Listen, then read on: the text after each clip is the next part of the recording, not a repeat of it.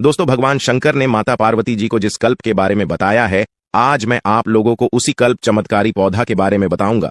भगवान शंकर ने स्वयं जड़ी बूटी को माता पार्वती और अपने स्वरूप बताए हैं, क्योंकि दोस्तों, पेड़ पौधे जड़ी बूटी भगवान भोलेनाथ और माता पार्वती जी के भांति ही मनुष्य की प्राणों की रक्षा करते हैं, मनुष्य के रोगों को दूर करते हैं।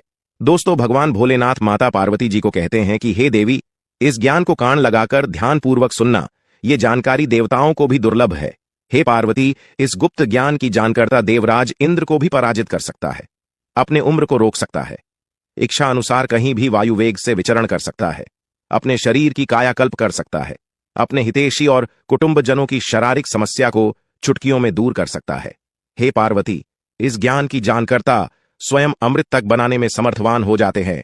भगवान भोलेनाथ माता पार्वती को इस जड़ी बूटी की प्रशंसा करते हुए थकते नहीं और आगे भी उन्हें कहते हैं कि हे देवी, इस दिव्य कायाकल्प बूटी से मनुष्य चाहे तो मेरे जैसे जन्म मरण से मुक्त हो सकते हैं, इंद्र जैसा बलशाली और सूर्य जैसा अलौकिक तेजवान बन सकता है।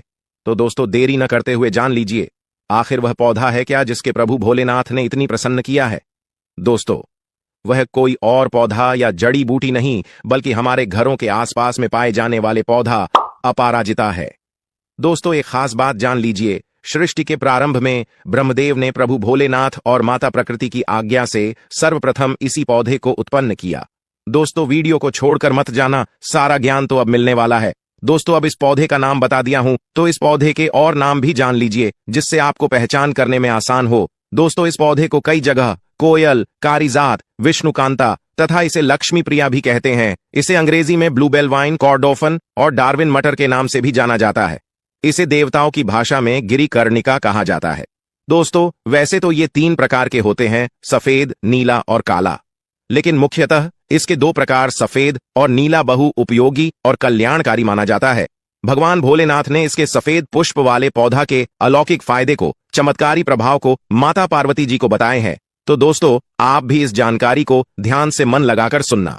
भगवान शिव जी इसके सफेद पौधा के अलौकिक प्रभाव बताते हुए कहते हैं कि हे पार्वती, ज्ञानी मनुष्य को पुष्य अथवा हस्त नक्षत्र में या सूर्य अथवा चंद्र ग्रहण में इस पौधे के पुष्प और जड़ को एकत्रित कर लेना चाहिए तथा समय आने पर इसका उपयोग करे। आइए जानते हैं। इस श्लोक के माध्यम से अंगस्योद्वर्तनम कृत्वा स्वयोन्याम वापि लेपयेत भूयान सस्तेन जीवंती यावज्जीवम न संशयः। भगवान शिव कहते हैं, इसके पुष्प और पंचांग का उबटन करने से मनुष्य के शरीर वज्र के समान हो जाता है, वह मनुष्य अधिक काल तक जीता है।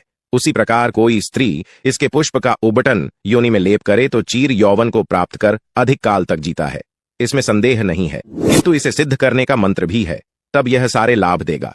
मंत्र बहुत छोटा है, वीडियो के आखिरी में बताऊंगा, उससे पहले इसके और फायदा को भी जान लीजिए। प्रभु भोलेनाथ जी इस पौधे का प्रभाव बताते हुए इस श्लोक में कहते हैं कि हे पार्वती जी, ललाटे तिलकम कृत्वा यम यम पश्यति मानव दृष्टमात्रेण दुष्टोपि कुर्यादाज्ञाम स्वदा सवत्।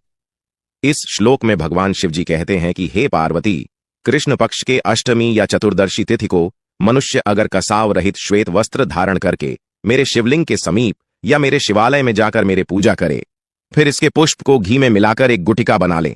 गुटिका का मतलब गोली होता है दोस्तों। फिर गुटिका को धूप में सुखा देवे। फिर जब प्रयोग करना हो तो कृष्ण पक्ष के अष्टमी या चतुर्दशी तिथि को इसके गुटिका को खिसकर मस्तक पर तिलक लगाना चाहिए। इसके तिलक लगाकर मनुष्य जिस किसी को देखेगा वह मनुष्य दास बन जाता है। दुष्ट से दुष्ट मनुष्य भी आज्ञा का पालन करने वाला हो जाता है। इसका तिलक लगाकर मनुष्य जो बोलेगा, इसके प्रभाव में रहे मनुष्य वैसा ही बर्ताव करेगा। हे देवी, इस ज्ञान को किसी को नहीं बताना चाहिए, किंतु मैं आपको बता दिया हूं। ज्ञानी जन इस ज्ञान को छिपाकर रखते हैं और इस ज्ञान को छिपाकर रखने में ही भलाई है। दोस्तों, आपसे भी निवेदन है, इस जानकारी को कृपया गुप्त रखने का प्रयास करें। भगवान भोलेनाथ इस पौधे का और भी लाभ बताते हुए कहते हैं कि इसके जड़ को मुख में धारण करके शत्रु के पास जाने से शत्रु भी वश में हो जाता है। प्राचीन समय में मनुष्य जब युद्ध होता था तो इसके जड़ को मुख में धारण करके शत्रु सैन्य को मोह लेता था, अर्थात वश में कर लेता था। अब आइए इसके आयुर्वेदिक लाभ जानते हैं। फिर मैं इस पौधे को जागृत करने वाला सिद्ध मंत्र बताऊंगा, जो मंत्र भोलेनाथ ने पार्वती जी को बताया था। दोस्तों, इस अपराजिता के फायदे आयुर्वेद में अनेक है। आयुर्वेद के विशेषज्ञों के अनुसार इसके फूलों से बीजों को निकालकर अवलेह बना लें तो यह पेचिश को मात्र 3 दिनों में ठीक कर देती है। अभी रुकिए, इसका विशेष गुण है कि यह शराब की मात्रा ज्यादा लेने से लीवर बढ़ गया हो और लीवर में सूजन आ गई हो तो एक एक चम्मच 7 दिन लेने से लीवर की सूजन पूरी तरह समाप्त हो जाती है। और उससे भी बड़ी बात यह है कि बड़ा हुआ लीवर सिकुड़कर वापस सही स्थिति में आ जाता है।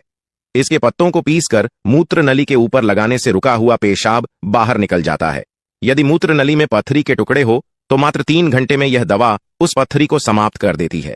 इसकी जड़ को पीसकर फंकी की तरह लेने से नेत्रों की ज्योति बढ़ जाती है और चाहे कितने ही वर्षों से चश्मा पहना हो वह चश्मा उतर जाता है।